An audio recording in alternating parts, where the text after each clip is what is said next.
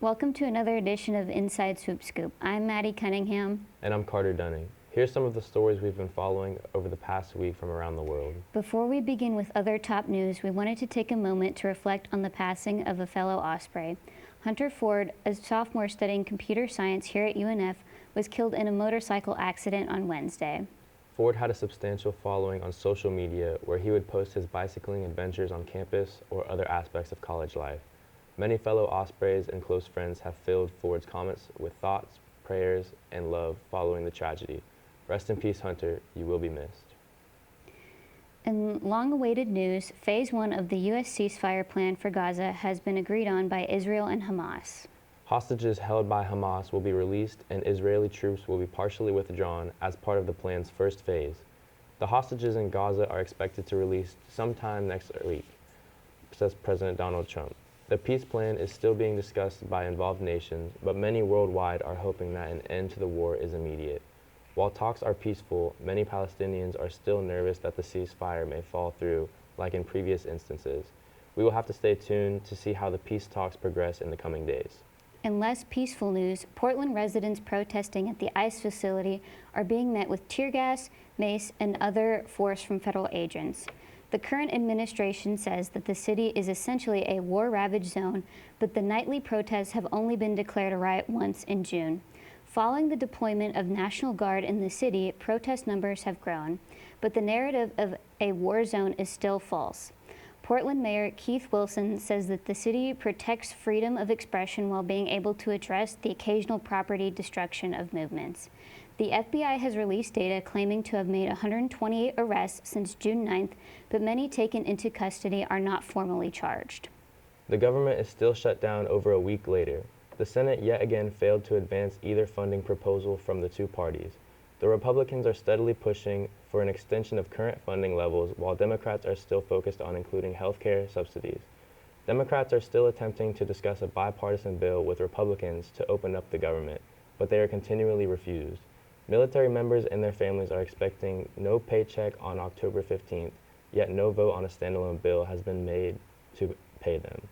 Georgia Republican Representative Marjorie Taylor Greene is siding with Democrats and says that the shutdown should not be happening. I don't think it's good advice that Republicans ignoring the health insurance crisis is going to be good for midterms. Authorities have arrested 29-year-old Jonathan Rinderneck for the Palisades fire 9 months after the flames swept through Los Angeles. The suspect is facing a federal charge for sparking one of LA's most destructive wildfires. The federal charge of destruction of property by means of fire carries a minimum sentence of 5 years in prison.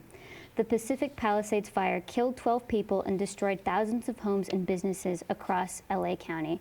Rinderneck made his first federal court appearance on Wednesday and did not enter a plea deal. Authorities have not commented on the possible motive, but say Rinderneck had been using ChatGPT months prior to generate an image of a burning forest. On the East Coast, New York began its statewide cell phone ban at the start of the school year. Earlier this year, 9 states had statewide cell phone restrictions or bans, and more than 12 states have introduced similar legislation.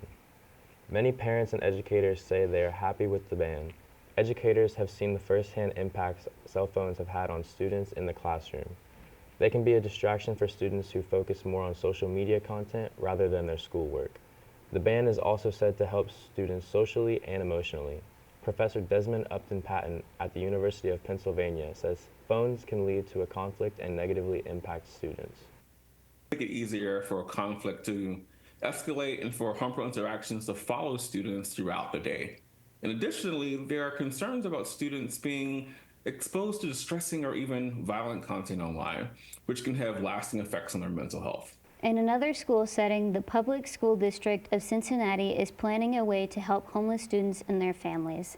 The district says over 300 students are without a home and cannot get a full night's rest. To help students, Project Connect is opening a sleep lot for families to park their cars at night and rest. So far, there are 12 spaces available.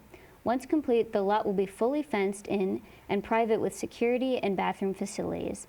The lot will provide a temporary safe space while families are awaiting job and shelter resources. This lot is expected to open in the spring. Community and support seems to be common trends this week. I always love hearing that. Me too, Maddie. This next story in St. Louis, Missouri follows one man's mission to help his community after a tornado in May. Our Inside Swoop reporter Emily Rolls joins us now to give us the story. That's right, guys. Larry Gray has been helping those in his community since May 17th, handing out food, hygiene products, and other necessities. Many people are still without safe housing and power after the tornado hit, while nonprofits helped victims in the immediate aftermath. That help has decreased over the months.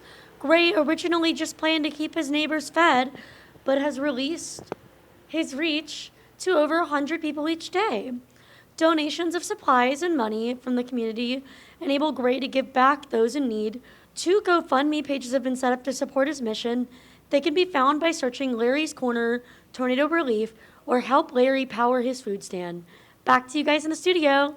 Thanks, Emily. Giving back to the community can be done in many different ways. This next story follows a Vietnam veteran and his service dog bringing fellow vets the recognition they deserve. Kaylee Doms brings us the story. Back when I came back from Vietnam, we were not treated very well as veterans. Ralph Webb served in the Navy during the Vietnam War from 1971 to 1975, working in naval intelligence. A time Webb says wasn't great for veterans coming home from the service. A good period of my life, probably 10, 15 years or so, I didn't identify with being a veteran. Although the country's attitude towards veterans has changed, Webb knows firsthand those who served never got the recognition they deserved. They really didn't get a recognition for their sacrifices and their service to the country. And I just want to take just a moment to allow them to know that, yes, they are appreciated.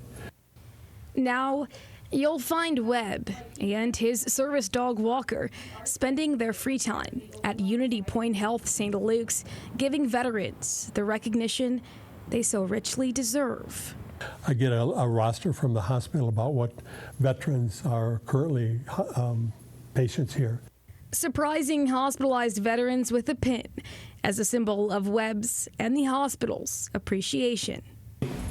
On behalf of the hospital and of a grateful nation, I want to present you with this pin in recognition of your service to this great nation.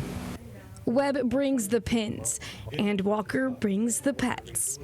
Whether it's in oncology or the ICU, this dynamic duo spends hours giving back to those who gave everything. With their badges and pins in hand and paw, you can find them here every Tuesday. Usually people don't really care much about me. They're more interested in the dog. And to end us off on a final note of kindness, Jeff Cristioni is a middle school teacher in Charlottesville, Virginia, who has started a new way to spread kindness in his classroom. He created sneaky cards, which have different prompts that help promote kindness. Some of the prompts include complimenting someone, meeting someone new, or trying something new. The cards have a QR code attached to them so the school can track where the cards travels to. Student Leah Garcia says it's a reminder that small actions like this can add up. Well, thanks for joining us for another edition of Inside Swoop Scoop. I'm Maddie Cunningham. And I'm Carter Dunning. We'll see you next time with more news from around the world.